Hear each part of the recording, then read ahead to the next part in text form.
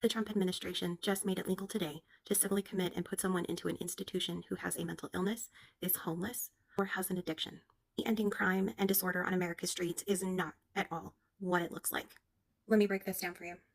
In Section 2, titled Restoring Civil Commitment, it says the Attorney General with the Secretary of Health and Human Services, so that's Pam Bondi, and RFK Jr., shall take appropriate action to seek, in appropriate cases, the reversal of federal or state judicial precedents and the termination of consent decrees.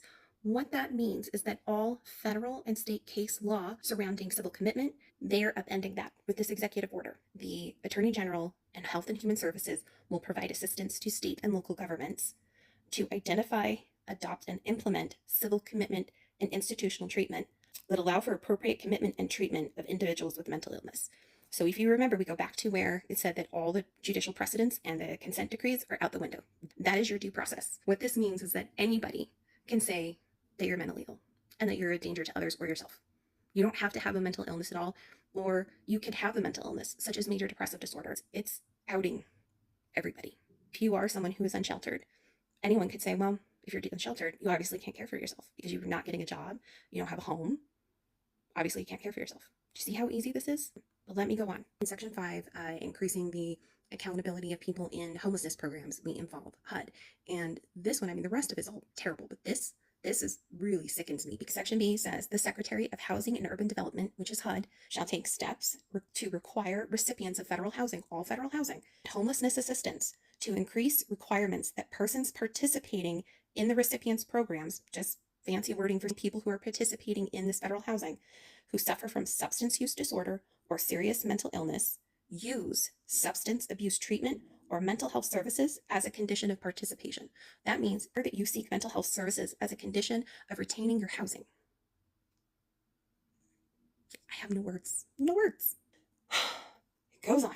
The Secretary of Housing and Urban Development, HUD, in consultation with the Attorney General and Secretary of Health and Human Services, Pam Bondi and RFK Jr., shall, as appropriate and to the extent permitted by law, which we know is bullshit, shall allow or require the recipients of federal funding for homelessness assistance to collect health-related information that the Secretary of HUD identifies as necessary to the effective and efficient operation of the funding program from all persons to whom assistance is provided, and require those funding recipients, people receiving housing, to share such data with law enforcement authorities in circumstances permitted by law, again, bullshit, and to use the collected health data to provide appropriate medical care to individuals with mental health diagnoses, not mental illnesses, not severe mental illnesses, mental health diagnoses, or to connect individuals to public health resources. They don't want to connect you to anything. And we know that. We've seen that for months now.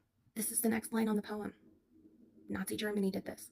They were coming for the disabled under the guise of homelessness and substance use disorders and saying, oh, we need to get the quote, crazy people off the streets. It's unfair to everybody, the homeless, the mentally ill, the addicted, and everybody else, because they are vagrants and just make everybody unsafe.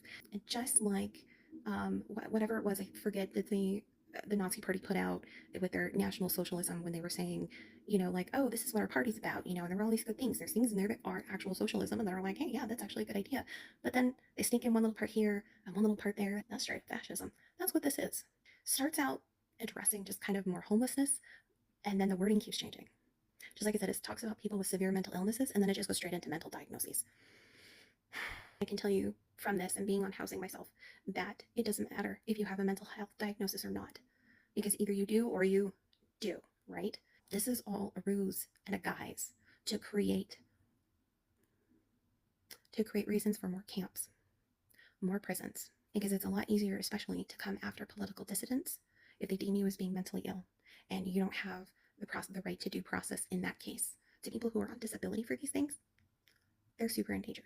We know that Palantir, Peter Thiel, and all those evil people are working with the White House to collect all of this data and more on every single person in the United States so that they can put together a master list so that they know who to go after, and they know where they live, and they know where they work, and they know where they bank, so that they can find you easier.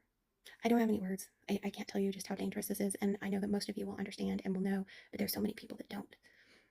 And I know I'm posting this really late, and it's probably not going to hit your algorithm right or whatever, but so that's why I'm asking if you could please share this EO, share anything else that other people say, because I'm sure there's someone else who's a lot smarter than me and can read through this with more legal understanding than I do. Only reason why I'm doing this is to spread this information, get those people that don't quite get it yet or aren't, or thinking, well, maybe it's not that bad. It really is that bad.